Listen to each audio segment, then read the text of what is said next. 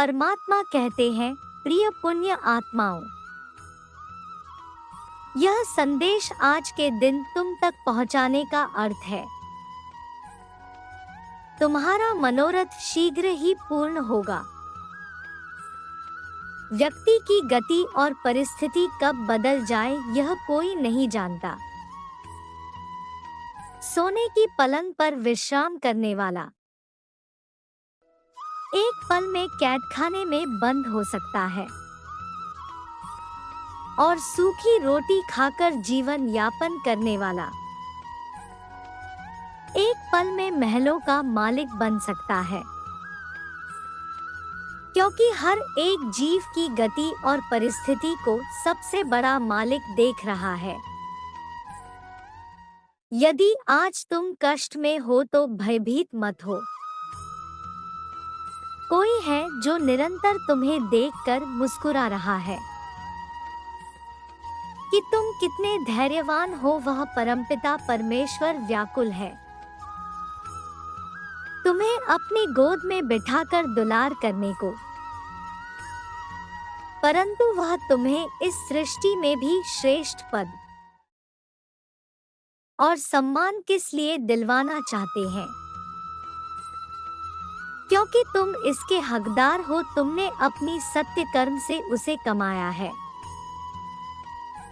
मेरे बच्चे, स्वर्ग लोक में बैठे तुम्हारे अभिभावक देवदूत तुम्हें देखकर मुस्कुरा रहे हैं। वे तुम्हें बताना चाहते हैं, तुम्हारे लिए उच्चतम दिव्य लोक के द्वार खुल चुके हैं। क्योंकि तुम प्रतिदिन भले ही छोटा किंतु आध्यात्मिक अभ्यास कर रहे हो। मेरे प्रिय, आज मैं तुम्हें अत्यंत रहस्यमयी बात बताने जा रहा हूँ, जो तुम्हारे जीवन से जुड़ी हुई है। मैं जानता हूँ तुम्हारा मन निर्मल जल की तरह स्वच्छ है और तुम अब भौतिक वस्तुओं की अधिक लालसा नहीं करते हो, क्योंकि तुम्हें तो उसे अलौकिक रत्न की लगन लग गई है, जिसका कभी विनाश नहीं होता। विश्वास करो, जिसकी कल्पना तुम मस्तिष्क पटल पर कर रहे हो वह तुम्हें जरूर मिलेगा, चाहे वह लौकिक हो या अलौकिक। यह मत सोचना क्या, कब, कैसे और क्यों हो सकता है। बस विश्वास करना कि यदि तुम्हारी भावना सच्ची है तो वह तुम्हें मिलकर ही रहेगा। मेरे बच्चे, अब मैं तुम्हें जो कहने जा रहा हूँ उसे ध्यानपूर्वक सुनो और अपने मन में धारण कर लो। परमात्मा के जो अत्यधिक प्रिय बच्चे होते हैं वह उन्हें इस सृष्टि में तभी भेजते हैं जब उनका विशेष कार्य होता है,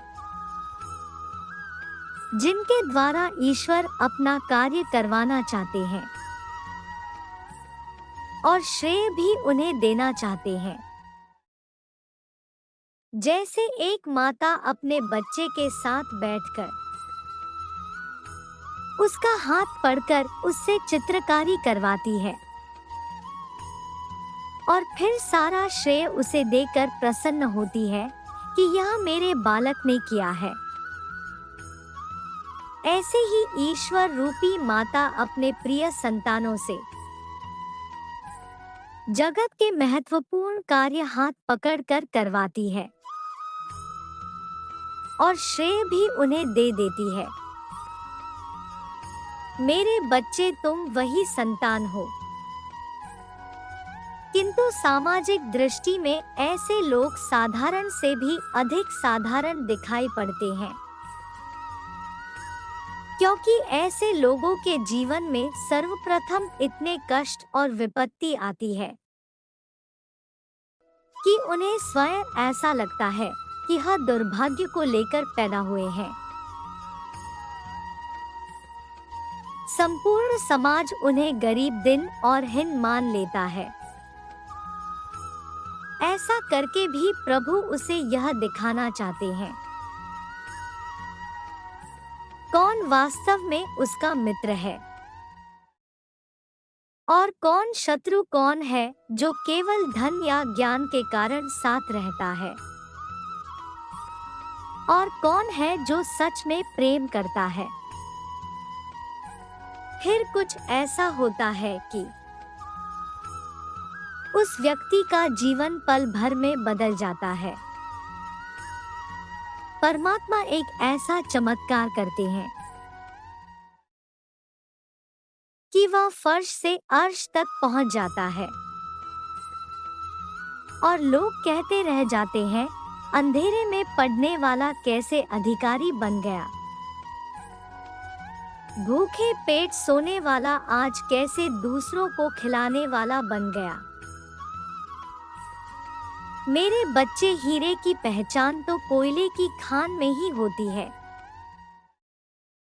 सूर्य का महत्व वही जानता है जिसने अंधकार को देखा हो। तुम्हें जो धन का अभाव, शारीरिक कष्ट या मानसिक कष्ट मिले, उसका यही कारण है। तुम्हारे वास्तविक पिता तुम्हें हर तरह से मजबूत और स्थिर करके दुनिया को यह दिखाना चाहते हैं कि तुम सूर्य हो। कोई यह ना कह सके कि तुम्हें सब कुछ उपहार में मिला है, बल्कि तुम गर्व से कह सको तुम इसके हकदार हो। यदि अब तुम्हें अपने सभी प्रश्नों के उत्तर मिल गए हैं तो मुस्कुराओ, क्योंकि तुम्हारी गति और स्थिति घूमने की चाबी तुम्हारे ही पिता के हाथ में है, जो जानते उस चाबी को लगाने का सर्वश्रेष्ठ समय क्या है। इसलिए अपनी चिंता छोड़ो और मुस्कुराओ, क्योंकि तुम्हारी एक मुस्कुराहट तुम्हारे आसपास बैठे लोगों को उत्साहित कर सकती है।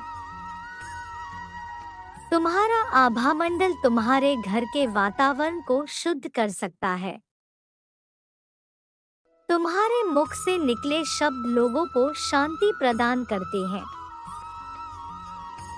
और जब तुम दूसरों के लिए प्रार्थना करते हो तो उनकी इच्छा पूरी हो जाती है। वह आश्चर्यचकित होते हैं कि केवल तुम्हारे कहने मात्र से उनका काम कैसे हो जाता है। मेरे प्रिय, जो परमात्मा रूपी पिता तुम्हारे शब्दों का मूल रखते हुए दूसरों का कार्य कर देते हैं, क्या वह तुम्हारे लिए कुछ नहीं करेंगे? क्या तुम्हारे पिता तुम्हें दुख देना चाहते हैं? विचार करो। मेरे प्रिय बच्चे, मुझ पर विश्वास करो। तुम सकारात्मक बदलाव के पास खड़े हो। तुम्हारा जीवन अचानक ही पूरी तरीके से बदल जाएगा। धन तुम्हारे घर में चुंबक की तरह आकर्षित होने लगेगा। जैसे धन को धन ही खींचता है, वैसे ही आया हुआ धन चारों दिशाओं से धन को आकर्षित करेगा। तो देर किस बात की है? आज तुम उसे आनंद, प्रेरणा और विश्वास की लहर को अपने भीतर महसूस करते हुए नाचो और चारों दिशाओं को धन्यवाद करो।